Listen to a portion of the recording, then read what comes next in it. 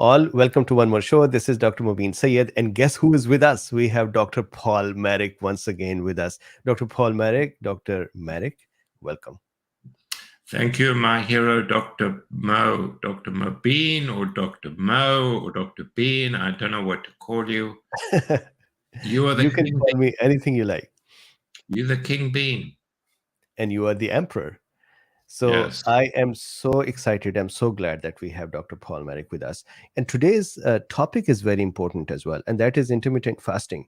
Dr. Paul Marik and I have been discussing over the phone the intermittent fasting, and Paul has been talking about, hey, there are studies or there are folks, physicians who say that women and intermittent fasting, one has to be careful for their reproductive systems, physiology, and function.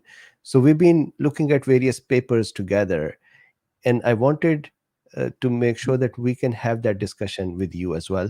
Before we go to those discussions, I want to quickly show the references here. So first of all, this is flccc.net site. So you can type flccc.net or covid19criticalcare.com, and you would come on to this page where you have, if you go to the top here, these are various treatment protocols. And today we're going to look at one of the protocol as well that Dr. Marik has updated for this intermittent fasting um, discussion that we are doing today as well. Here are some studies as a reference. And in the description of this video, there are links to these studies as well. I have these studies open separately here too, and we would go over some parts of them. And most importantly, the intermittent fasting and women is an important aspect. This document that you're seeing, this is the I Recover protocol that is also on flccc.net. So with this introduction, Dr. Marik, once again, welcome. So tell me this about the intermittent fasting and women. What is most important here in this topic? Yeah. So thanks for inviting me, and thanks for talking about this. So it really is an important topic. So for a number of reasons. Firstly, we know now that autophagy or autophagy, whoever wants to say it, is probably the most powerful mechanism for improving cellular function, for prolonging lifespan, for improving overall health, for preventing disease, for preventing Parkinson's, for preventing Alzheimer's, for limiting diabetes, for treating metabolic disease. It is a powerful, truly powerful mechanism.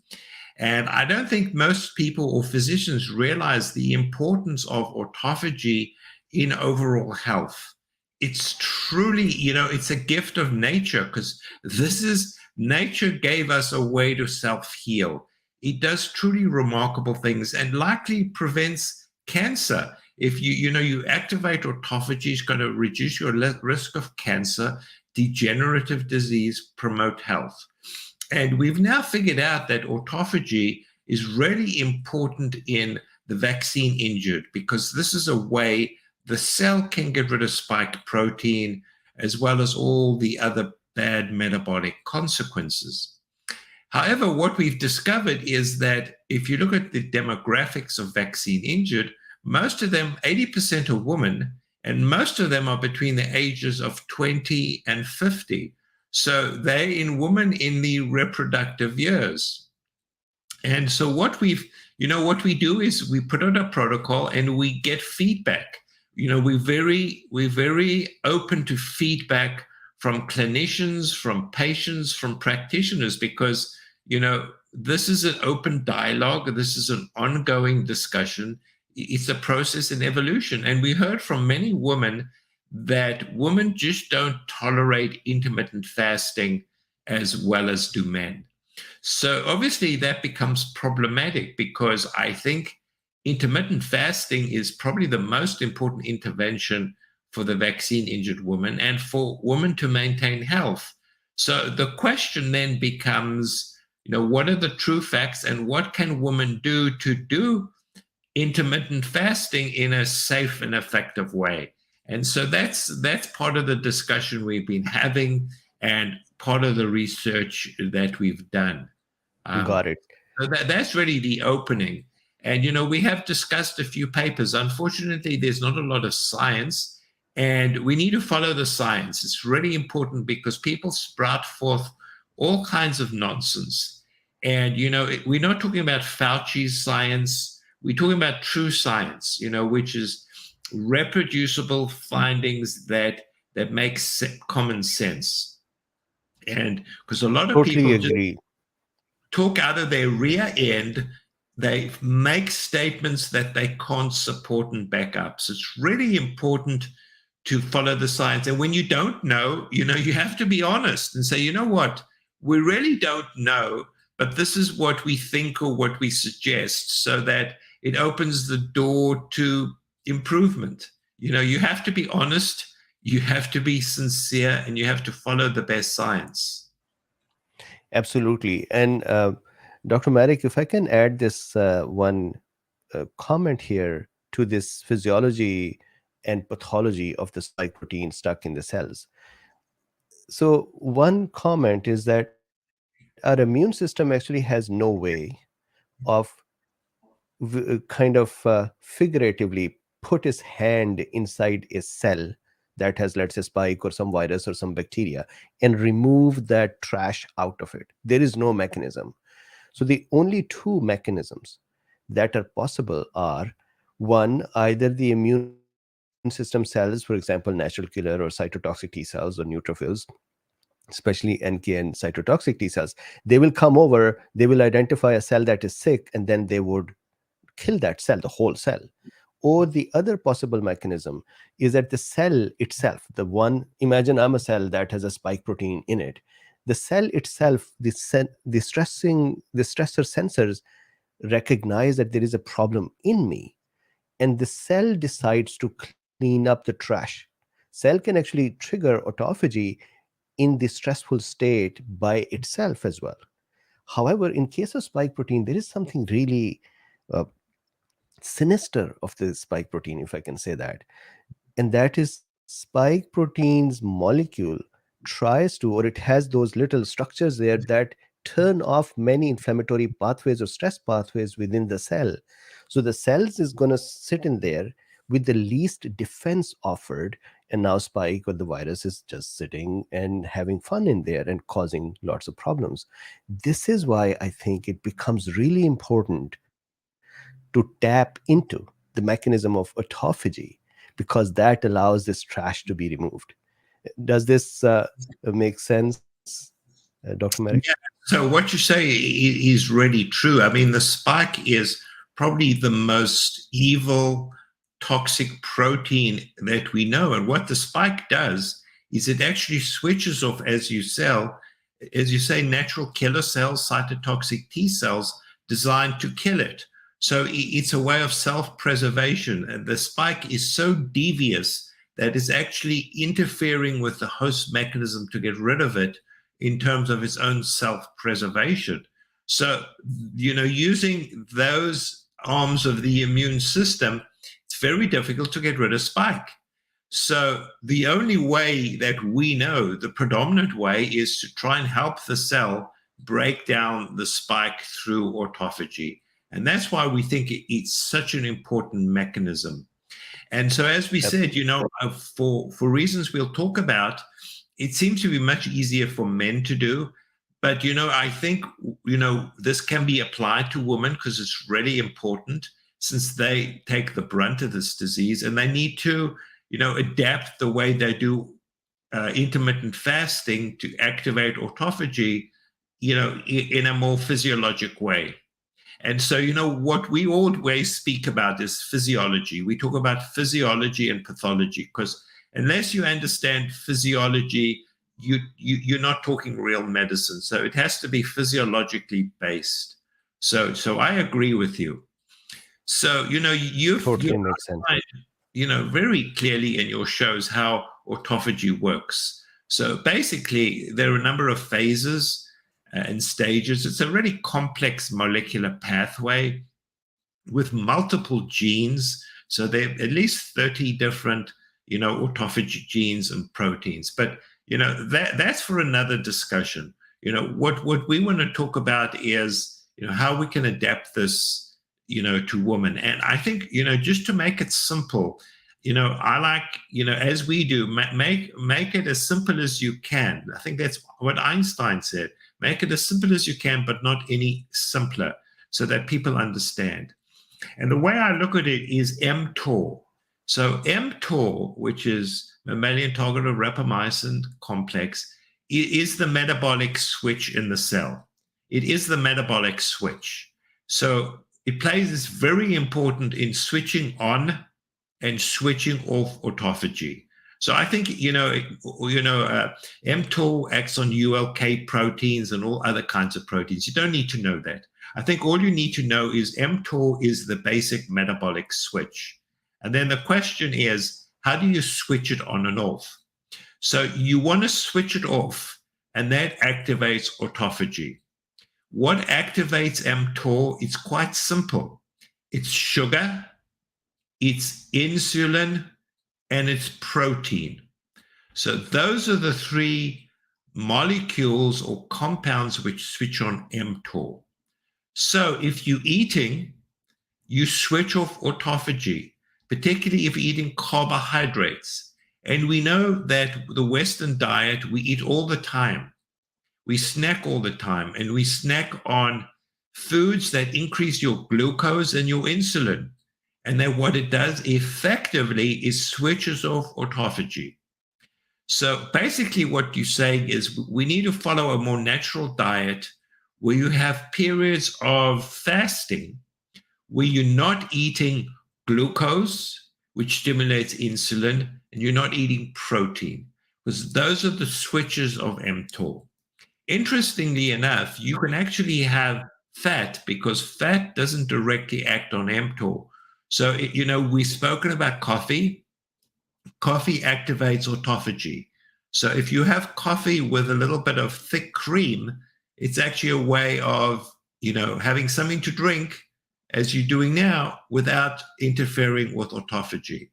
So what we're saying is that people need to reconsider the way they eat. I think slightly different in men and women, but you have to think about activating autophagy. It is the key. It is the single most important key to health, good living, longevity, and being disease-free. It's as simple as that. We have it within ourselves. It's cheap. You don't have to pay anybody to do it. It actually saves money if you're eating lesser number of times. So then I have a question. Why, in case of women, there is more caution? And I want to quickly share your statement here as well in the iRecover protocol, that you say a number of studies have suggested that intermittent fasting may not be as beneficial for women as it is for men. So what is behind this, that women are not able to do a similar stretch of intermittent fasting as men? Yeah, so obviously we don't know everything, it's evolving, but it seems that the hypothalamus pituitary ovarian axis, so that's the axis that controls ovarian function, the release of LH and FSH from the pituitary and the effect on ovaries, very much dependent on nutrition. So we know that women who actually starve themselves become amenorrheic. We know that women with anorexia who starve themselves become amenorrheic. So for reasons not entirely clear, the hormonal axis in women is very sensitive to nutrient supply. And so the experiments in rats. Now, obviously humans aren't rats, but you can do these experiments. And what they did was alternate day fasting. So alternate day fasting is a more aggressive form of intermittent fasting, which we don't recommend, because in women at least, because it's much more aggressive. So what they found in alternate day eating or alternate day fasting is that it decreased the secretion of growth hormone, FSH, LH, many of the ovarian hormones, and that these mice actually stopped menstruating, became infertile, and there was a decrease in ovarian size. So this was a study in mice, which does lead credence to this concept. But I must add that this is a more aggressive form of intermittent fasting, which we don't recommend. Then there was a study in humans in which they again did alternate day fasting. So alternate day fasting is a more aggressive form of fasting. And they compared men versus women. And again, in men, it actually had a beneficial effect in terms of glucose and insulin resistance. In women, the glucose went up and it didn't improve insulin resistance. So I think this allows us, this provides the scientific basis for us to rethink what we recommend in women. So maybe you could show your graphic. So I think the bottom line is it's important to do in women that, I don't think you can say women shouldn't do this, but I think you have to adapt the protocol to women, and you need to go slow and you need to be cautious, particularly in menstruating women. So, in men, you can be more aggressive. So what we recommend in women is to start off with a 12-hour fast. So that's pretty easy to do. So basically, you don't eat for 12 hours, and you can work out which window works best for you. During that 12 hours, you can drink fluid, you can drink coffee, but please don't drink juices. Juices are really bad, or sodas. So you fast for 12 hours, and it's best that you don't eat for about 4 to 6 hours before going to sleep, because as we've discussed before, activating autophagy while you're sleeping is a very, very, very important process, because it helps regenerate your neurons while you're sleeping. And that if you eat before you go to sleep, it prevents autophagy happening at night. And autophagy is very important for regeneration of neurons. So what would we say in women is, start off slowly, do it for 3 non-consecutive days a week, like Monday, Wednesday, Friday, and do it for 12 hours. And what's really important is that it's intermittent fasting coupled with real food. So what I mean is eat food, not processed food. So you want to make sure it's a healthy, wholesome diet, real food. What we would prefer most is a low carbohydrate fat diet. So something which generates ketones. So ketosis is actually really good. It activates autophagy. It does a lot of really good things. It improves insulin resistance. So, and you can do this slowly. So you can gradually increase the hours and gradually decrease the carbs. But you certainly want to avoid high carbohydrate processed foods. So, donuts, bagels, chips, chocolates, these are toxic. These are toxins. People talk about cyanide and all kind of DDT as being toxic. In Robert Lustig's book, he makes it quite clear that carbohydrates are toxins. And so what you need to do is reduce these processed foods that are toxic. So in the 12-hour period that you eat, you want to eat real healthy foods, which, if it looks like a food, it's food. If it comes in a box and has a label, it's not food. So you want to eat real food and try and decrease your intake of carbs. And this whole scam, it is a sham of, low sugar is low fat. This low fat is a complete scam, because we know saturated fats and cholesterol are perfectly fine. It's a fraud perpetuated by the food industry. So you want to avoid things which say low fat, because if it's low in fat, it's high in sugar. So the key is avoid carbohydrates, avoid processed sugar, avoid processed seed oil, um, eat for 12 hours and fast for 12 hours and eat wholesome food. And I think that's a very good starting point. It does a really, Agreed. that itself, I think, is a very good starting point. And then, if you want to be a little bit more fancy, and you can take a number of nutraceuticals which activate autophagy. So, what we're talking about in the 12-hour fast period is you activating autophagy. And so, to supercharge autophagy, there are compounds which help the body to activate autophagy. We know coffee is one, we know spermidine is another one, we know resveratrol is another one. So if you took a spermidine while you were fasting, it may supercharge autophagy. The worst thing to do is to have a carbohydrate snack, because that's completely switches off. It acts on the mtor switch. It completely switches off autophagy. So that's why the snacking business is so bad. So it's just a matter of getting into the habit, thinking about things differently. It's not a difficult thing to do. And people find that once they actually start such a pattern, it increases their energy. They feel better. Their mentation is better. Their cognition is better. Their life is better. So why would you not want to do something which makes you feel better and makes you healthier? And then, of course, the other thing is a little bit of exercise.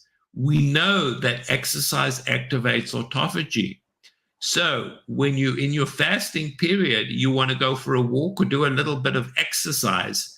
And so you're now boosting, you're supercharging the autophagy process. So I think people have to think about autophagy. Stop counting calories. Calorie counting is a stupid exercise. It serves no purpose. So I think people need to think about autophagy as a way of saving their life. And then as you've showed, Absolutely. once they've got this initial program, under control, and they find that they can tolerate it, it doesn't affect with their menses, then what they can do is they can experiment a little bit by increasing the numbers of fasting days and increasing the window and basically seeing what happens. And, if they tolerate it fine, that's cool. If they find that it's causing menstrual irregularities, then go back to where you were before. So, every patient is different. Every patient is different. There's no single recipe. So patients have to figure out what works best for them. So, we're presenting a guidebook to help them get started. So that's what we recommend. And I think, the data now shows that autophagy is singly the most important mechanism for promoting health and well-being. Got it. Excellent. Thank you. And talking about the exercise, I believe that as you said, light exercise, if you take the exercise and think I am within the autophagy window and let me just go do something really hard to kind of boost the effect, that can actually have a negative effect by reducing the nutrients very fast, by taking the energy away and causing stress hormones to be released. That will in turn stop the autophagy and such mechanisms. So light exercise that allows stress on the cell, which, or stress meaning the cell's shape changes. For example, when you are doing curls, your biceps muscles are changing shape. Those shape changes of the cells also cause autophagy to occur. You don't have to be rigorous about it. You don't have to be hard on the cells. Does this make sense as well, Dr. Marik? Yeah, I think we should do what nature made us to do. So I think walking actually is an outstanding form of exercise, particularly if you can do it outside. Obviously in winter it's a little bit challenging, but people like you who live in California or Florida or somewhere nice weather, just go out for a walk in the sun. It has enormous physiological benefits, both in terms of the sun and in terms of mobility and in terms of walking. There's good data that show that people just walk have a much lower risk of developing Alzheimer's disease and degenerative disease. So walking is, what we've been designed to do. I don't think the human was designed to go to a gym and push 300 pounds of weight. That's not what we were designed to do. We were designed to walk and be mobile. And, that's what we should do. Stretching exercises is really good, doing flexibility exercises. But I think pushing heavy weights, some resistance training is fine, but you don't want to overdo it. So this is the primary message for today, that when women are doing intermittent fasting, especially those in the reproductive age, they should be careful and have a structure and keep watching for their physiological functions, and then decide how to move it. Uh, Dr. Marik, thank you very much for this. Would you be open for some more minutes of questions from the KoolBeens? Yeah, sure. But before we do that, maybe we should get to another concept of fasting in women. So there are some practitioners who suggest that you should cycle the intermittent fasting according to the days of your menstrual cycle. So this seems to be popular out there. Unfortunately, there's no data to support it. So, what I'm saying is it's something to consider, but we don't have data. So that, it is what it is. And, hopefully people will study this. So there are some practitioners who suggest that in the, first 14 days of the menstrual cycle, that it's okay for women to do intermittent fasting, pretty vigorously. And then from day 10 to day 15 or 16 to slow down a bit. And then in the last, progesterone phase, not to fast at all. So, we can find no data to support such a program or protocol.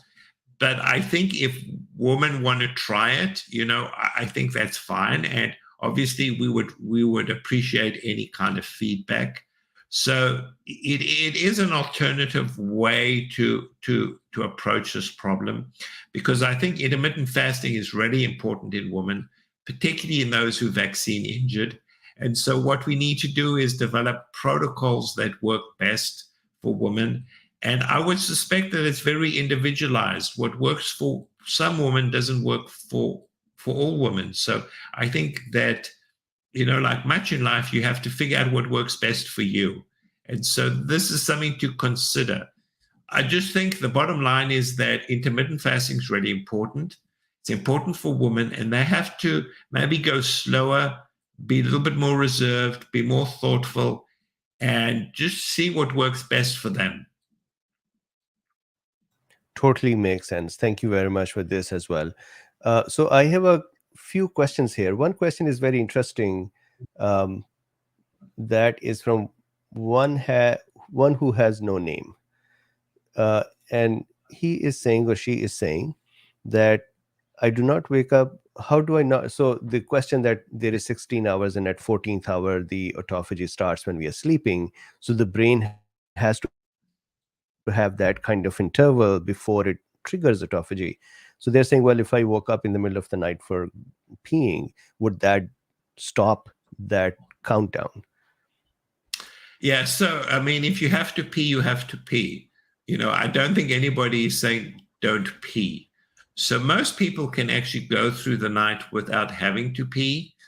But if you're a man and you have prosthetic issues, there's no reason to get up in the night and pee. Peeing doesn't interfere with autophagy. So I mean, if you have to wake up to go to pee, that's fine. It's not going to break autophagy. You don't want to pee and eat at the same time. So while you're peeing, you don't want to have a drink or have a shake. So if you have to pee, that's fine. People have to pee. So just pee, Also, go back to sleep. But most people should be able to sleep the night without peeing, unless it's a man with prosthetic women, or maybe women have some kind of urological issue. makes sense. And as Dr. Marik said, when you got up for peeing and you come back, you go back to sleep, And during this little interval, don't open up your phone and look for various things which awakens your brain or reticular activating system a lot, which would then cause the cells to become awakened as well. So just let that sort of a sleep state to continue, and you're going to be fine. There is a question from Lisu. I think that is a question for me, that there are two chats going on. So I have been broadcasting it on four channels together, Lisu. One is Dr. Bean YouTube, the other one is Cafe Live, and then two Facebook channels as well. So because it is broadcasting at four channels, there are multiple chats. All are valid. Dr. Marik is just such a celebrity that I decided that will broadcast everywhere. So here is a question. Gina says, intermittent fasting can cause electrolyte imbalance and arrhythmias. What's the best way to supplement? Yeah, so you know what, we're not recommending. It's important to drink fluids when you fast. So, it's not like complete starvation. So we would recommend during fasting to drink fluids. If you need, but you don't want to drink juices. Fruit juices are probably the worst thing on the planet because they are a pure concentration of glucose and fructose and cause a massive fructose glucose spike. So they're probably the worst things to drink. So what you can drink is, there are, sports solutions that have multiple electrolytes. There are multiple products at the grocery store that have water with electrolytes. So if you're someone who loses a lot of fluid through sweating or through other means, and you feel that maybe you're getting muscle cramps, then get a solution non-sweetened with electrolytes. The other thing is magnesium. So magnesium is really important for cell function. It's important for activating autophagy. It's very important for making ATP. So many Americans are actually magnesium deficient. So it may be worthwhile as part of your protocol to supplement. You're taking spermidine. I would say maybe take magnesium, but you have to be careful which magnesium, because the so-called super-powered magnesium you get over the counter is magnesium oxide, which is not absorbed. Okay, so you have to be careful. So the magnesium oxide is not absorbed. So you have to buy one of the magnesium citrate or acetate or hyaluronase, or there are a whole bunch of, we have it listed on our protocol, which magnesium preparations to take. So it does become important. And I think many people are magnesium deficient. Magnesium, very important for making cellular energy. It's important for autophagy. So it may make sense to supplement with a high quality non-magnesium oxide solution supplement. Would you agree, Dr. Bean? Totally agree. And I agree with this as well, that we have a lot of magnesium deficiency related problems that even physicians continue to try to solve in other ways. So magnesium should be kept an eye on. Yeah. There's also really good data that just magnesium supplementation on its own is really good for treating type 2 diabetes, for treating hypertension. So it has really important metabolic effects. And many Americans, for reasons which we maybe don't understand, are magnesium deficient. And so just buy a readily over-the-counter, you don't want to buy the magnesium salt. You want to buy a magnesium, reasonable preparation that's well absorbed. And that should go a long way in restoring magnesium levels. And then, of course, vitamin D. You can't forget vitamin D, particularly as we go into winter. People aren't being exposed to enough sun. So I think that we should all be taking some vitamin D in the winter. So we're talking about magnesium and vitamin D. And maybe women take spermidine to help them activate autophagy. You don't want to land up taking, 20 or 30 supplements, which may have questionable benefit. Makes sense. So Casey says, what about benefits for those who are either menopausal due to age or surgery? Yeah, so that's an easier question. So menopausal women or who have lost their periods for whatever reason don't really need to worry about this because they shouldn't be concerned about menstruation. So intermittent fasting in postmenopausal women is fine. They're obviously not that concerned about their menstrual cycle. Would you agree, Dr. Bean? I completely agree that it's really about the reproductive function and the lack of nutrition impacting the hypophyseal gonadal axis. So if that is not a worry, then intermittent fasting can be done. Augie says, any full recoveries of long COVID? Yeah, so I'm not sure the question, but it's a good question. So we know that many people with long COVID actually do get better. Unlike the vaccine injured, in which the spike protein disease can persist for months, if years, if not forever, many patients with long COVID actually do get better. So, it's not hopeless, but, obviously they have to follow long COVID is due to persistence of spike protein. And so they have to follow whatever they can to treat the complications of spike protein. Essentially, long COVID, the vaccine injured are suffering from the consequences of spike. Unfortunately, with the vaccine injury, they have such a high quantity of spike, it becomes more difficult. But generally, we find patients with long COVID do improve. They should look at our protocol on FLCCC on how to deal with long COVID, but more importantly, vaccine injured, just to give them some ideas. And this is a treatable disease, and patients should improve. Unfortunately, most doctors are completely clueless. Well, not complete; they're totally clueless. They don't understand spike-related disease. They will dismiss patients. They don't know how to treat it. And it's one of the travesties of the medical situation we're in. Got it. Thank you very much. And once again, just like we have Blues Lover saying that with FLCCC protocol, I'm 80% better. I also had a vaccine injured patient. I do not know, I can call them long COVID, but vaccine injured patient who is now, I would say, 99% better.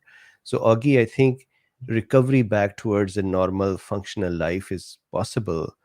Everybody is kind of moving towards that in a different pace. And you are correct, there are folks who may not recover as fast and as much. I think there still is hope for all of them. Yeah, so the thing I need to say, though, if you have long COVID or you're vaccine injured, there are two really important things. Avoid the vaccine. I mean, it is probably the worst possible thing to do. And there is this misconception that people perpetuate that people with long COVID should be vaccinated. It's possibly the single worst thing to do to them. And the other is that if you have long COVID or vaccine injured and you get a flu-like illness, you want to treat yourself early, particularly if it's COVID, because we know the more spike you have, the worse the disease. So the problem now is that we have a lot of influenza and RSV, and it becomes difficult to distinguish. So, just this last week, we put together a protocol for the treatment of influenza, stroke RSV, stroke COVID, so that people can be proactive. And, these are cheap, readily available medications. By the way, Tamiflu doesn't work. It's a complete and utter fraud. It's one of the biggest frauds perpetuated by Big Pharma and the agencies. The federal government has stockpiled millions of dollars of Tamiflu. It's a drug which doesn't work.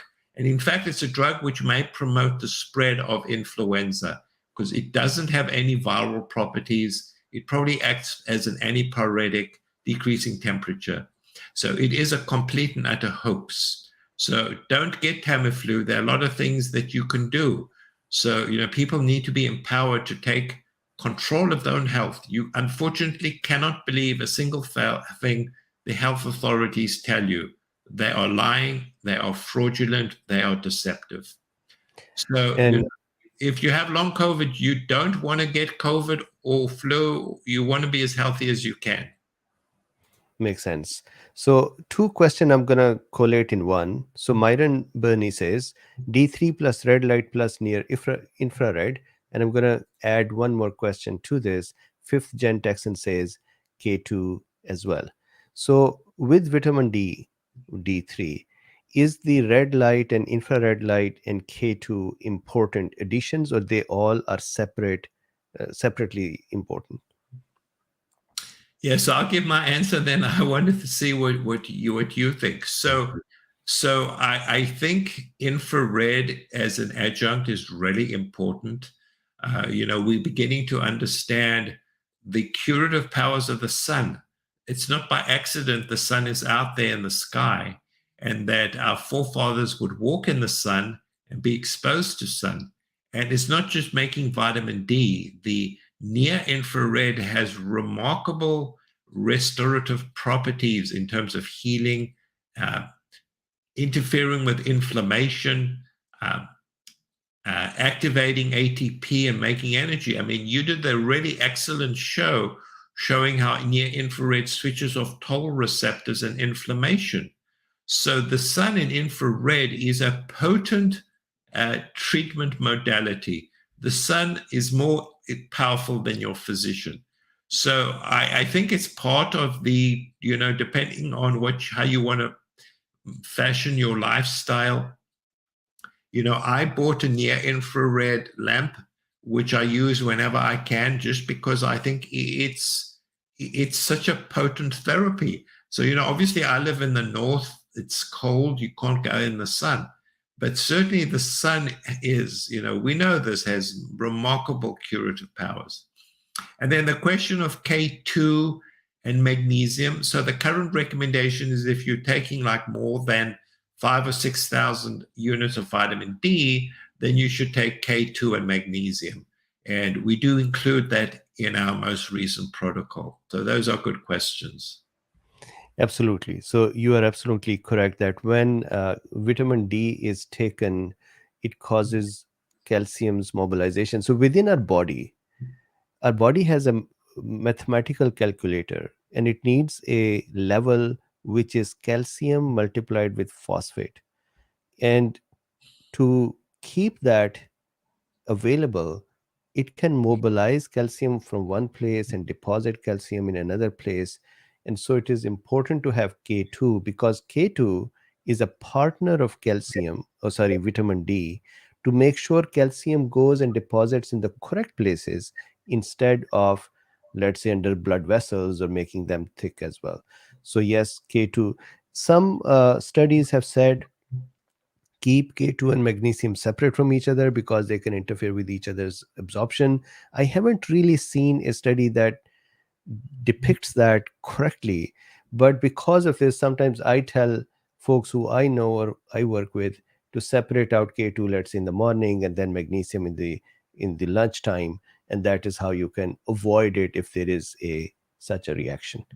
Yeah. So one thing is that things can get a little bit out of hand with all these supplements, and you don't want patients to be taking 15 or 20 different supplements. I think it becomes complicated, it gets confusing, it gets expensive. So I think there are a few that are really important. Vitamin D, if you're taking high dose vitamin D, add K2. You want to take magnesium. And I think if you're a woman, you want to maybe take spermidine to help your autophagy. And basically, that's the list. You may want to take vitamin C because it's good for your immune system. But, I would resist a list of 15 or 20 supplements because things can get out of hand. I did see a question pop up there about saunas. So saunas are yes. I mean, the data is overwhelming. So we know that people in Finland who have traditional saunas are much healthier than people in the rest of the world. And their risk of cardiovascular disease, their risk of early death, their risk of depression. There was a fascinating study that looked at one session of sauna in patients with severe depression and showed that it improved their depression for 6 weeks after the session. So sauna is astonishing. But if you combine sauna with infrared, so it's an infrared sauna, that's potent. So you're getting the benefits of thermal therapy with the benefits of infrared, and that's truly potent. Unfortunately, many of the saunas are far infrared. So the far infrared provide the heat. The far infrared doesn't actually penetrate very deep into the tissue, so it doesn't have the benefits in terms of mitochondrial function and inflammation that near infrared. But we do know patients who benefit from sauna. So you can get a sauna with far infrared, but it doesn't have the benefits of near infrared. I think the optimal is a sauna with near infrared. Awesome. So you already answered Lisbeth's question as well. She was asking about far infrared and not near. So there is a mitochondrial rehabilitation. And to the listeners here, please do me a favor.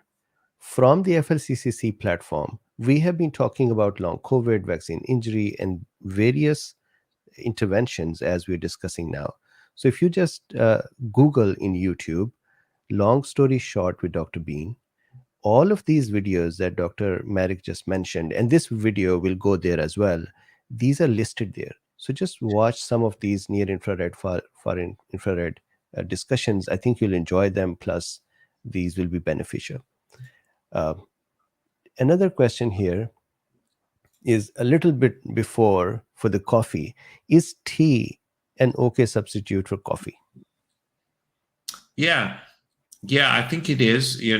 Green tea, particularly, as has EEKG or whatever it's called, which is a flavonoid, which is particularly helpful. Yeah, I think tea is also fine. So if you're a tea drinker, have tea instead of coffee, because most of us like to get up in the morning and have some hot beverage. Tea is fine. Coffee is fine. What you want to avoid is a beverage which is high in glucose, because it's the glucose which switches off mtor. So you really need to think about this metabolic switch. It's truly astonishing. The body has a switch, just like a light switch. It's called mtor. And so you want to keep the switch off. And the way you switch on the switch is glucose, which then causes insulin and protein. So you want to keep the switch off to activate autophagy. Sauna, then cold shower, yeah. So there are many people who will, it's called, thermal therapy. You sauna, then have a cold shower, which I think is fine. You just have to be careful about people who have cardiovascular disease. You don't want to overstress their cardiovascular system. And again, with sauna, if you're not acclimatized to it, you want to do it slowly, build it up slowly. And then many people will have a cold shower afterwards, and it seems fine. But you just have to be careful that you don't shock the system too quickly. So it's acclimatization. So Kelly says, should those with high LDL worry about saturated fat in coffee during intermittent fasting? So Kelly asked a really good question. So this is one of the biggest scams known to medicine. It is a scam. It's a scam of corruption perpetuated by the statin industry. It's a complete scam. Don't measure your HDL and don't worry about your HDL. Unless you're unfortunate to have a familial hypercholesterolemia, I think people should not obsess about it. There's data that shows that men with the highest the highest LDL have the best survival.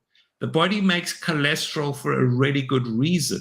For a good reason, it's not by accident. We need cholesterol for cell function. The brain has a really high concentration of cholesterol, LDL.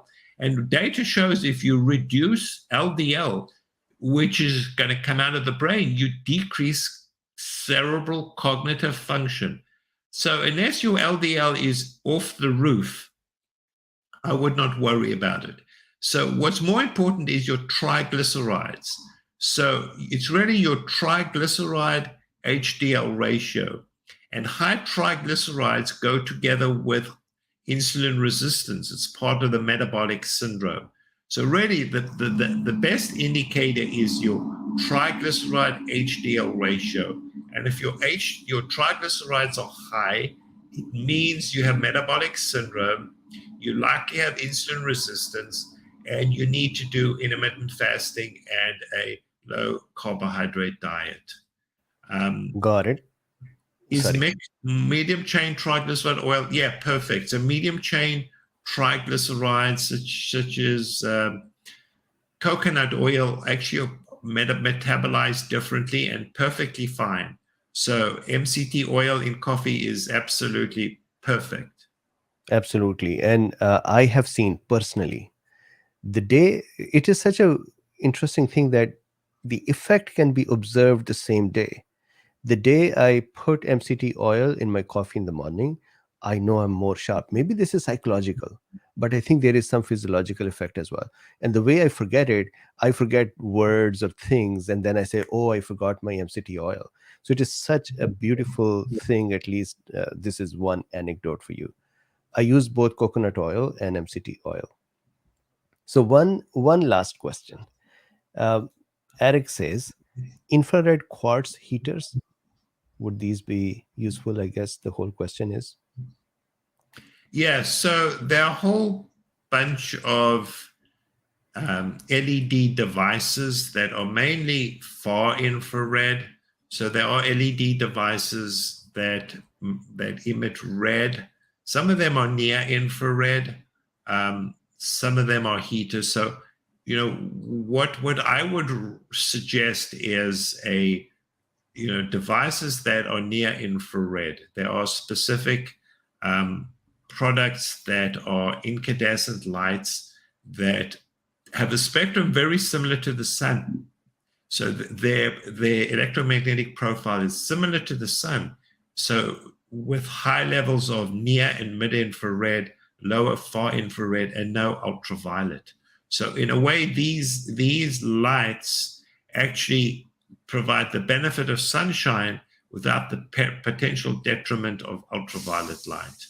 So I'm not sure about infrared quartz heaters. I suppose they are okay. You need to look at their specifications. There are LED devices that have red and near infrared. The problem, though, with these devices is the the wavelength spectrum is very narrow. So, if you compare it, it's a very narrow spectrum of red and near infrared, which compares to the sun, which is, quite extensive, as well as some of these infrared devices, which have a broader spectrum of infrared radiation. So with this, there are still tons of questions. I think we just all love you so much. And what I've observed is people love you and respect you and trust you. And then they would like to hear things from your mouth so that it becomes more verified for them. So thank you very much for all the hard work you've done.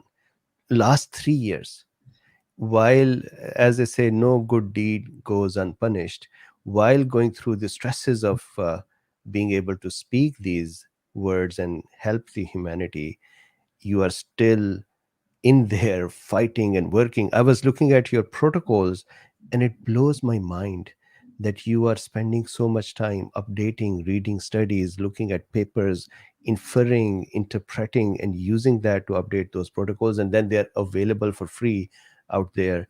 Thank you so much for your help, and thank you so much for being here. So thank you. I want to thank you because you're an inspiration, and I want to thank the KoolBeens because, if it wasn't for the KoolBeens, we wouldn't be doing what we're doing. I think one has to have an open mind. It doesn't mean you let your brains fall out completely. You have to have an open mind and just think about stuff and just recognize that you can't trust what the authorities are telling you. They have a vested interest. They want to make money. They are not interested in your health. So I think, people have to recognize that they have the power to determine their destiny and their health. The NIH and CDC and FDA are certainly not interested in your health. So you have to take it in your own hands, and you need to, you know, read, explore reputable sites, and then of course you need to listen to every single thing Dr. Mobeen says, because he's the source of all truth. Thank you so much. Uh, I started following Dr. Marik's work, and in the very beginning of the pandemic, the Math Plus protocol is what I was able to somehow find and present that to KoolBeens, and that provided us that island on which we could gather and know there is hope and how to save ourselves. Otherwise, the basic message that was coming in was just stay home, and if you become unlucky to end up in a hospital and die, then that would be it. We'll ventilate you, but otherwise this is it. And your work is the one that actually helped me put something out in front of KoolBeens to help us all. So thank you very much. Thank you, and great health to everybody. And please Yeah. do what you can to, you know, Yes. So to eat well, and live happily. thank you very much, Dr. Marik. Thank you for your time. KoolBeens, thank you very much for your time as well. This video is already on 4 channels at this time. It will also become available on FLCCC's Long Story Short after editing, maybe in another week or so. Please make sure you like it, subscribe it, and share with others, especially women who are in reproductive age and are also suffering with vaccine injury or long COVID or even other chronic diseases. This will be very useful for them. Dr. Marik, once again, thank you very much and goodbye, everyone. Thanks, eh?